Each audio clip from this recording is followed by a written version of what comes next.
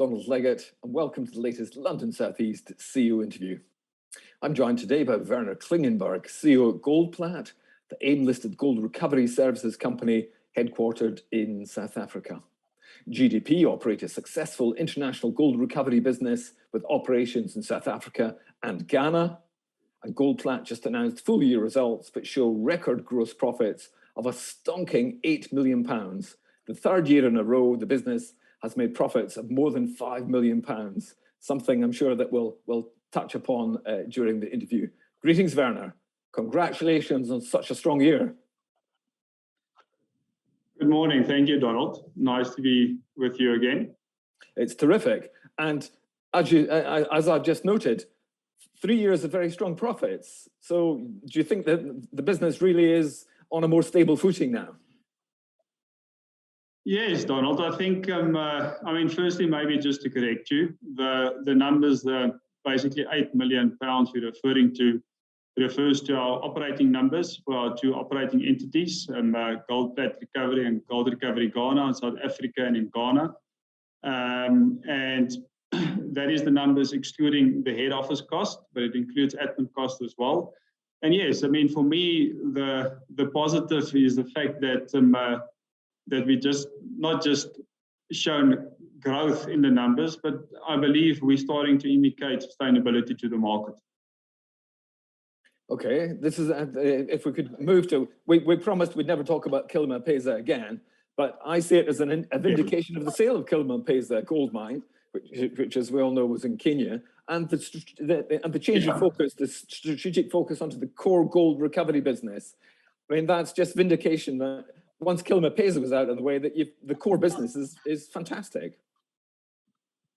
Yeah, well, I think, Donald, since we've obviously decided to move away from mining and we focused our attention on the recovery business, we've been able to grow the business from a client perspective and from a processing perspective. So that has all been encouraging, and definitely the focus on our core business has proved to be quite successful. It has also highlighted the sustainability that there is in the recovery business. I think in regards with Kili, I believe it found its right home, and I think we found our right strategy, and I'm looking forward. Very good. And for those new to the business, briefly summarize how you actually collect those raw materials, how you get hold of them, what the supply chain is, and how both parties, the people who are giving you the gold to recover and yourselves, how you both benefit economically from the gold recovery process. Okay. Well, I think in the end, our focus is to recover value from byproducts being generated by historic and current mining operations, specifically in the precious metals and historically mainly on the gold side. So if you look at the areas we operate in Ghana, West Africa and South Africa, it's traditionally big gold mining areas. And in South Africa, we're playing a part in terms of trying to clean up historically contaminated areas where there's gold associated with obviously radioactive type of material. And then we're also supplying services to the current mining operations where they are generating byproducts that has been or still contain precious metals, specifically gold and PGMs, and we then recover the value, and every contract tends to be different depending on the material we receive, and we return that value back to the client on a percentage basis. But you both make some money out of it, basically. Yes, we do. Obviously, there's a margin that we keep, but I think for me, the focus is that we really have a flexibility in terms of plant and in terms of our human capital, in terms of dealing with the different types of material being generated at different mines. Sure. It just simply wouldn't make economic sense for these folks to try and do this for themselves because you have all the expertise in-house. Yes, and you require different type of kits to process different type of materials. So not all sort of material can be treated in the same way. And we're really providing the clients out there a one-stop shop to deal with everything. That's the important part. Now, this week, WH Ireland put out a broker note, and it talked about broadening the search for those raw materials. So presumably that's not as easy as it sounds. They made it sound very easy. I'm sure it's far from easy. So talk us through your plans.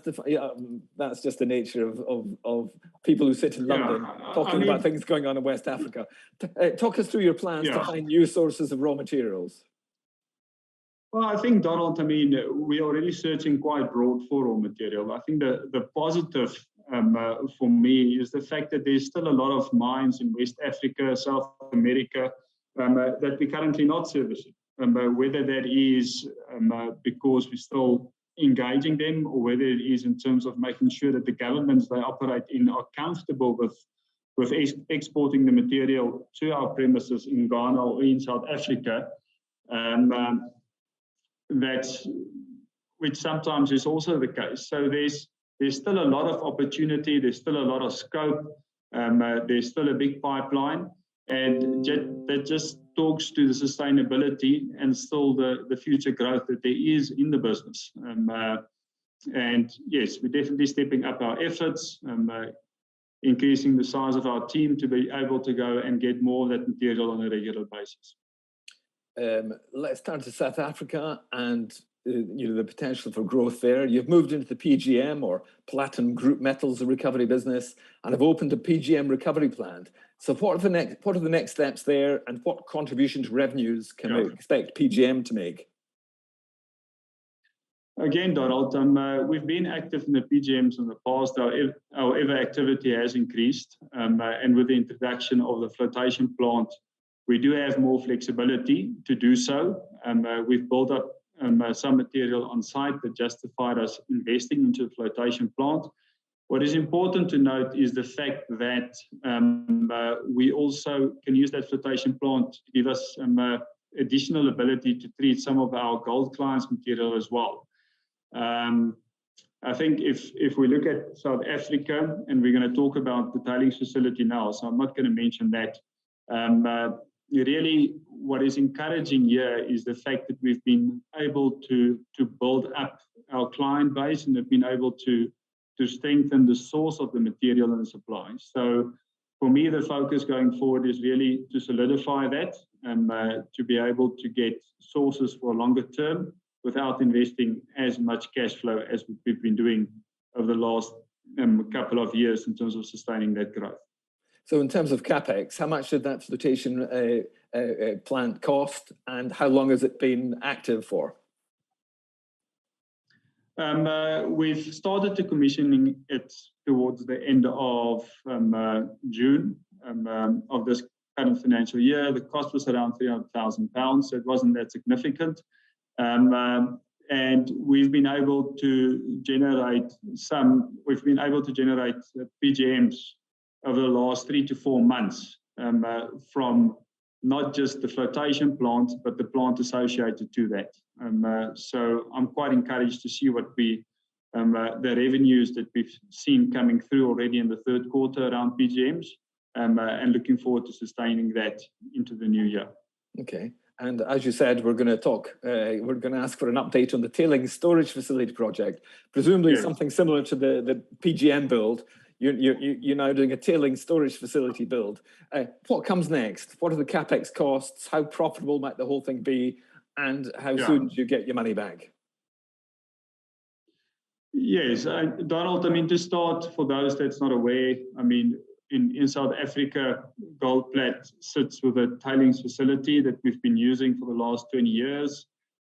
We've assessed a JORC resource in 2016, indicating that it contains around 82,000 ounces of gold at a grade of 1.78 grams per ton. We've always had the plan to reprocess that facility in the future again, but before we could do so, we required to establish a new tailings facility, for which we needed a water use license to be granted. And that has been granted now by the department, which we're quite excited about. Obviously, it's important in terms of how such a facility is designed.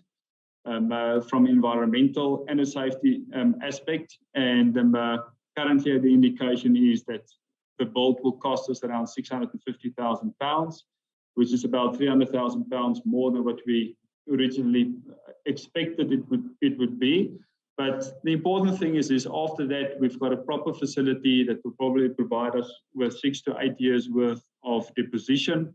And that's got a lot of value in the jurisdictions we do operate in the sense that you've got the ability to process, and it's not something that everybody can necessarily go and get from a competitor's point of view. In regards with the processing of the tailings facility, once we can now actually deposit onto the new facility, we will then be in a position to start looking at reprocessing the old facility. We've decided that the best option would be to process it through a third party. And again, for that, we're going to need a pipeline. For the pipeline, we need licensing. That application has been in process. It's been progressing quite well, and we're looking at hopefully getting finality on that within before the end of this financial period, or not financial period, this calendar year, before December. And once we get to that point, we've got the pipeline, we can start processing the tailings facility, and we can then finalize the commercials with the third party. And at that point in time, we'll be able to provide a bit more detail in terms of capital as well as returns from the tailings facility and the reprocessing of that. Okay, that's a fascinating answer, which has thrown up lots of questions. Questions which the investors on the London South East board have been asking, actually. So why? I'm not saying this in a harsh way, but why has the build cost more? And why are you using a third party to do the reprocessing? Just talk us through the thinking behind those changes. Okay. I think, it's quite simple. If we look at lower grade resources and the processing of that, obviously it makes sense to look at processing it at higher volumes at a reduced cost per ton. And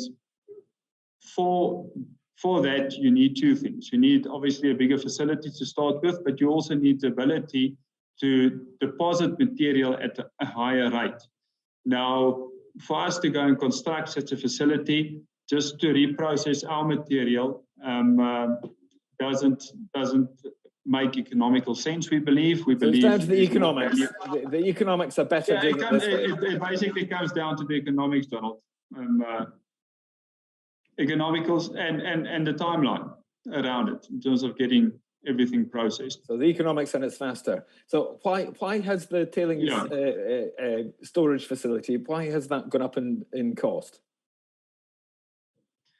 Well, I think, I've indicated that there's certain environmental requirements that obviously from the department side, they've been requiring us to investigate.